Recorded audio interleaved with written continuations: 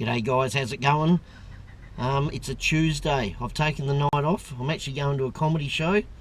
I know that if you've watched some of my other blogs I mentioned I do a little bit of part-time stand-up. I'm not very bloody funny, but I like giving it a crack. So we're doing that tonight, and then hopefully if that all goes okay, I'm going to go across to the casino and have a game on a Tuesday night. So we'll see how it goes. If you get this far on the video, it means I'm going to play poker. Obviously if you don't see any of this, I'm not playing poker. So I like to have the night off because I like to have a couple of beers before I go up on stage and act a dickhead of myself. So yeah, looking forward to it. So hopefully we catch you guys a bit later in the casino.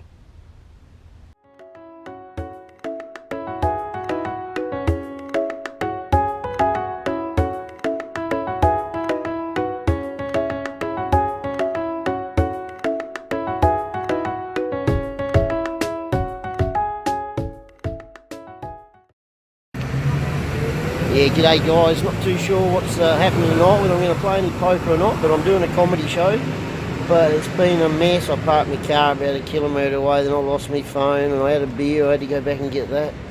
It's about, I suppose, 28 degrees Celsius, so it's a bit warm out here. I'm sweating like a pig. So I've forgotten all my lines from my comedy show, but we'll see what happens. I'll bluff my way through it anyway.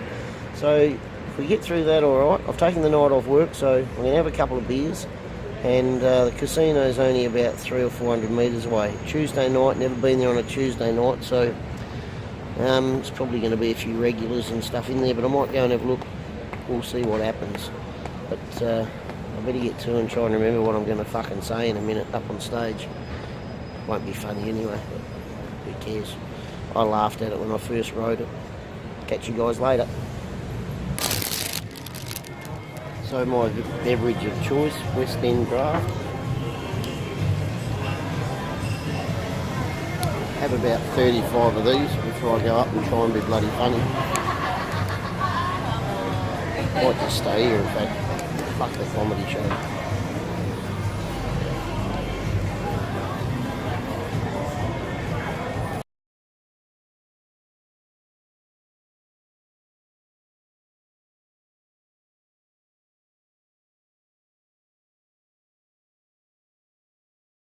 Stage, Mark Barton, ladies and gentlemen.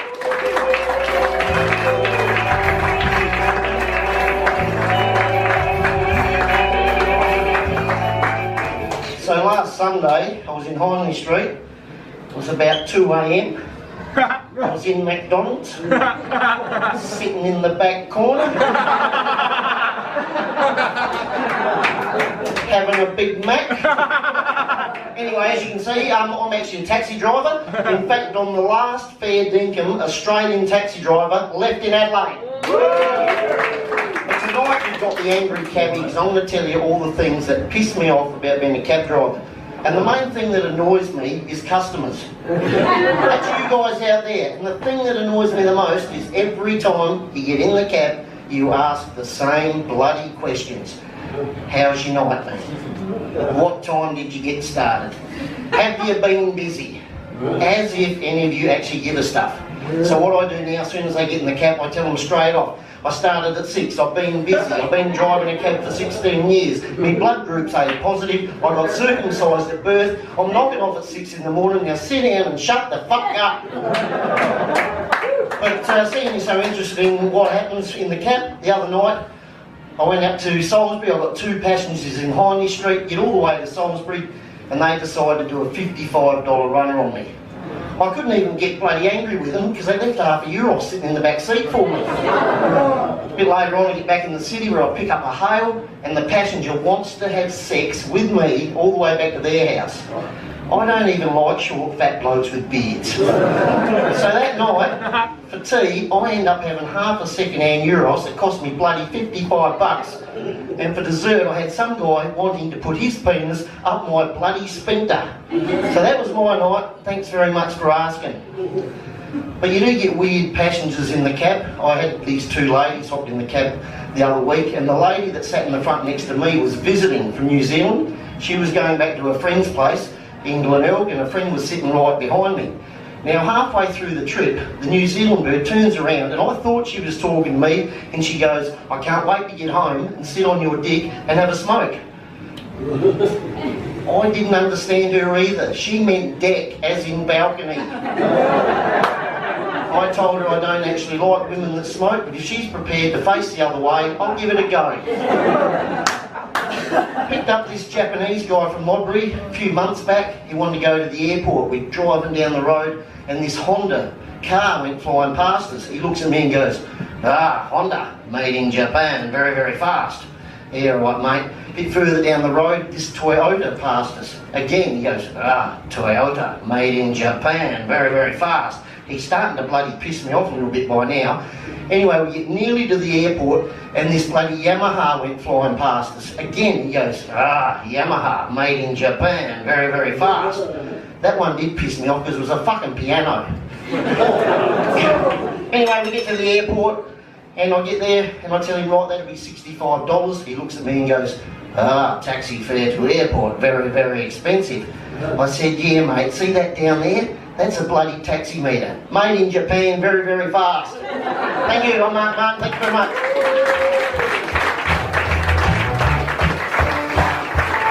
Back, ladies and gentlemen.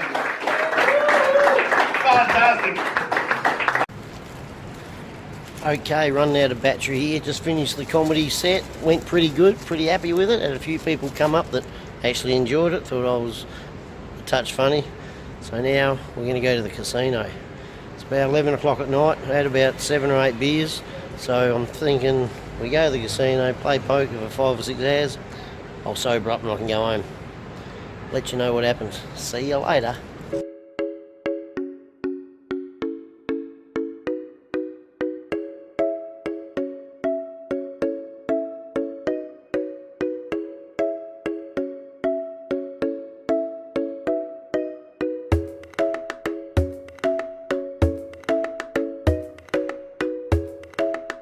So nice little session, guys. Played for probably about 2.5 to 3 hours. Cashed in for 300, cashed out for 625. So $325 profit. Brother-in-law was there again. Good to catch up with John. Had a couple of good hands there. I put in a nice bluff in one. We'll go through that later on. But yeah, nice bluff, and it was a reasonable sized pot. I'm thinking the pot was maybe up around, I don't know, 180 or 230 bucks or something. And then very next hand I get King 10, and I think I was on the button, so I just called. It was cheap to get around, and I end up flopping and up and down straight, I think it was, and then on the turn I got the straight, and the other guy was betting. I give him a raise of 90 bucks. He called. Then he checked on the river. I bet, put him all in for 125 after me bluff before. I don't think he believed me because he snap called and bang, I had the nut straight. So nice little session. Gonna sneak off now. Not much to do tomorrow, but I've got a bit to do about lunchtime. So I'm gonna head to one of my favourite little snack bars, Villy's Cafe. 24-hour bakery, and I'm going to go and have a breakfast, bacon and eggs. So we might do a bit of filming in there too. So pretty happy, bit of comedy, went and did that. Didn't make anyone laugh at comedy. No, it wasn't too bad. Had a good night there at the comedy. Walked across to the casino, had a win here, so a very good night. Especially seeing I had to take the night off the cab to go and do it. So I made more money than what I would have driving the cab, so very happy. So we'll do a few hand reviews in a minute. So got a few hand reviews to do here. I end up getting in on a 2-2 game, and I sit down at about position 7, I think I was, and my brother-in-law was on the same table. Again, he'd just been knocked out of a tournament, so he was playing in the game. The guy to my left was fairly crazy, Asian guy, young guy, was playing every hand, I sort of found out as the game went on, and doing silly raises most of the time. So in this first hand I sit down straight off and I get dealt the ace king suited in the middle position. It comes back to me, and I end up raising it. I think it was $17. What did I do there? Yeah, raised $17. Then the guy to my left, the crazy guy, went straight to 35. It folded all the way back around to me, and I obviously called. I think calling was right, not too sure. Probably I should have re-raised him. May have played it wrong. But just sat down at the table, so I wasn't too sure on any of the players really, except my brother-in-law. So I end up just calling. We get to see the flop, and the flop comes down not real good for me. Queen, 8 and 5, so I haven't hit anything. So I decide to check. He ends up betting $50, and I end up folding. So wasn't much I could do there, I don't think. The thing that I did notice from that hand is the guy, the crazy guy left to me, all of a sudden said to me, "Welcome to the table," in a fairly smart ass action. So those sort of things stay in my memory. So that was the end of that hand. Not much happening there, but yeah, a little bit of a loss the very first hand I sat down for. So this next hand, I'm under the gun +1, and I get my ace king again, and that was probably about half an hour after that first hand. I had played a few other little ones in between, but half an hour later I get ace king again. The guy under the gun called, I raise it to 25. The crazy Asian next to me, he calls. It gets back around to under the gun, and he ends up calling as well.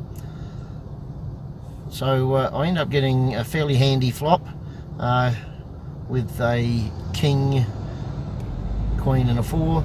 So I get top pair. It checks to me. This time I bet 35. Guy to my left calls, and under the gun folds. So just left the two of us.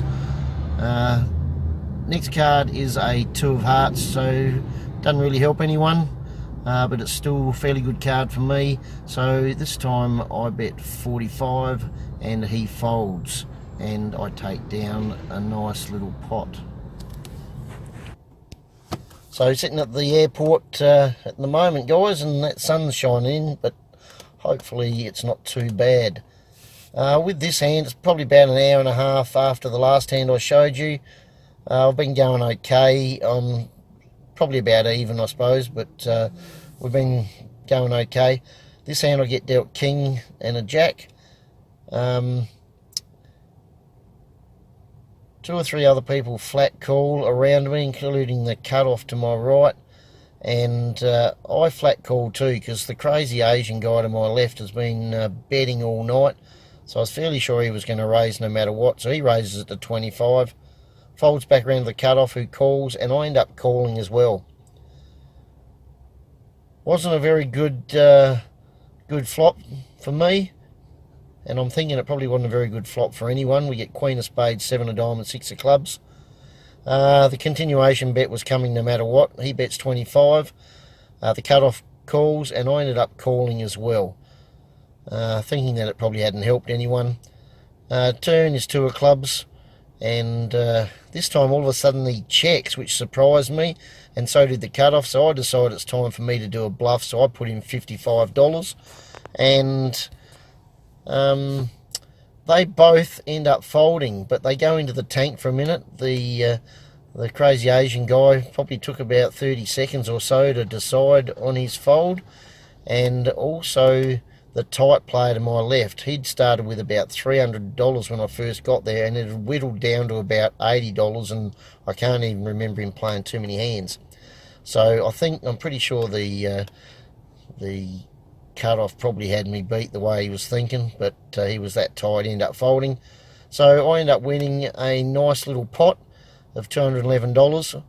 I turn over my King Jack to show the bluff, and I also quietly mention the guy to my left, welcome to the table, because I can be a bit of a smart ass too at times.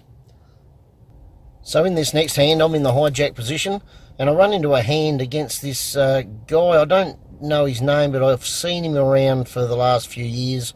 Even before I started the vlogs, the odd occasion I used to have a bit of a game. He was always around. I'm pretty sure he won the $33,000 tournament at the Matchroom only a couple of months ago. So a pretty handy player. I'm guessing he's about 60, 65 years of age and very steady. And he was in the under the gun position. So he ends up raising straight away to $25 in under the gun position. I end up with King Jack. Folds around to me. I end up calling. The Crazy Asian, he ends up calling, and it folds back around to the original raiser. So we've got three in the hand. Flop comes down fairly good for me. Queen of diamonds, 10 of clubs, and a 7 of clubs, so I got up and down straight. He does a continuation bet of $35. I end up calling. Guy to my left folds, so we're heads up now. Next card on the river is beautiful for me. I get the nut straight. He does another continuation bet of 40. I raise to 95, and he calls. Now, I'm pretty sure he saw the hand before where I showed the bluff, and that was only 2 hands before. So I think he thought I was trying to put one through here. Turn comes at 2. He checks. I put him all in for 130, and he snap calls me straight off. And I show him the nut straight. He turns his cards up and shows that he had 2 pair. And he gets up straight away and leaves the table. Not real happy, I don't think. Just after he'd left the table, my brother-in-law looks at me and says, I think showing that bluff before worked out pretty well, and I agree with him.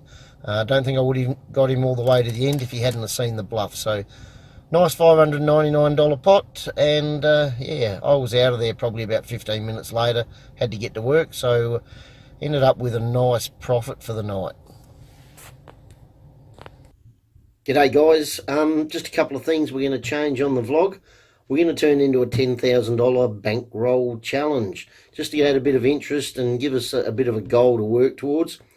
See if we can do it. Hopefully we can do it in the next year or two. If not, well, if it doesn't happen, it doesn't happen, but we're going to give it a good crack. We're just over $3,000 at the moment. I use an app called Poker Bankroll Tracker. Great little app, it's free. And you can put all your results in there, and it works out everything, your ROI and all that sort of stuff. So, great little app. The other thing we're going to do is give you a couple of the vloggers that I follow, so that maybe if you haven't heard of them, you can follow them. There's a fair chance most of you know the ones I'm going to talk about, but there could be a few new people, new players on here, new to the game, that want something to look at. And to help their poker out a bit. So I've got about 10 guys I follow. It stops me being bored when I'm sitting in the cab and I've got no passengers, so I love looking at it, the YouTube. It helps me learn a bit, so interesting. So the first couple I'm going to talk about today is Upswing Poker. It is a paying site if you want to pay, but there's lots of free stuff on YouTube as well. It's run by Ryan Fee and Doug Polk. So lots of hand reviews on there that will help you. I honestly prefer Ryan Fee than Doug Polk. I think he's a lot better cash game player. And yeah, something about Doug Polk, not too sure about him. So get on there, check that out. Plenty of stuff. Obviously, when you get watching that, that's going to lead you to lots of other sites out there that's going to give you free stuff to learn with. So if you got the money and you want to pay $1,000, we'll go and do it. But I reckon there's plenty of free stuff out there that's going to help you. The other site today is Joe Ingram 1. He's more of a pot limit Omaha player. He's a young bloke, a little bit wild. Calls it the great game. I think he plays mainly online. But he does do some cash games, but he does a vlog, and they're more of a podcast because he does great interviews with people. Some of them tend to go for over an hour, but pretty interesting to watch. The reason I'm telling you about it this time is he had one out probably by the time you read this, probably a month or so ago, and it was called Feeling Like God, and it actually, he gets into it fairly personal when it looks like he's had a big loss, must have at that stage, and he comes on the vlog, and at stages it looks like he's actually going to burst into tears, sort of thing. So he gets pretty in depth. So the reason I like it, it just shows you how bloody hard it's going to be if you are trying to be serious at the game. If you're just out having fun, that's cool. But you watch it on TV, you watch the videos, it all looks like everyone's going to be able to be a professional. Where I reckon you're lucky that there's 3% out there that can actually make good money out of it. So yeah, on that vlog, he just shows you how bloody tough it is, and I don't know whether he gets a bit of depression or anything like that, but it looked like he's had a bit of a problem to me. So, and then he's done a more recent one only tonight I saw, where he lost $16,000 at a live game in one pot, where he was full on nines and the other guy ended up with quad fives. So he's come straight back. He looks like he's in a bit of a mess with that one, explaining it, and at the end gets his sleeping tablets out and reckons he's going to have a handful of those and sleep for 2 days. So not the sort of thing I reckon you should be doing. If you've got to be into that, I don't think you should be playing the bloody game. But it's interesting watching his reaction.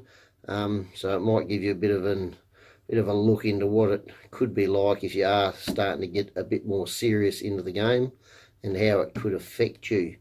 So yeah, check those two out. I'll have more in the following weeks of vloggers for you to watch. If you're one of those guys that comes on here and you have a bit of a look, press the subscribe button. I'm going pretty shit. I've only got 25 subscribers, but I'm happy with that. I enjoy doing the videos, so it doesn't really bother me, but I want to try and get it up a bit. It's probably half my fault because I don't know what I should be doing, how to promote the site. There's probably ways of promoting it, which I haven't even touched on, so maybe I should Google that. But if you've got any friends in that, tell them about the site, get them to have a look, get them to like it, and we'll try and get a few more in here. I want to make an aim to have about 50 subscribers by the end of January, so get on there, press that subscribe button and tell your mates. Next video or vlog will be out probably the end of this week. I've just got to edit it. It's a cash game at the Adelaide Casino, and yeah, it was the same night as the big test match cricket. Went down there that night because I knew it was going to be packed and have lots of people in there playing poker that probably weren't the best poker players in the world. So that one should be coming up soon. Thanks for watching this vlog. Tell your mates. Catch you guys later.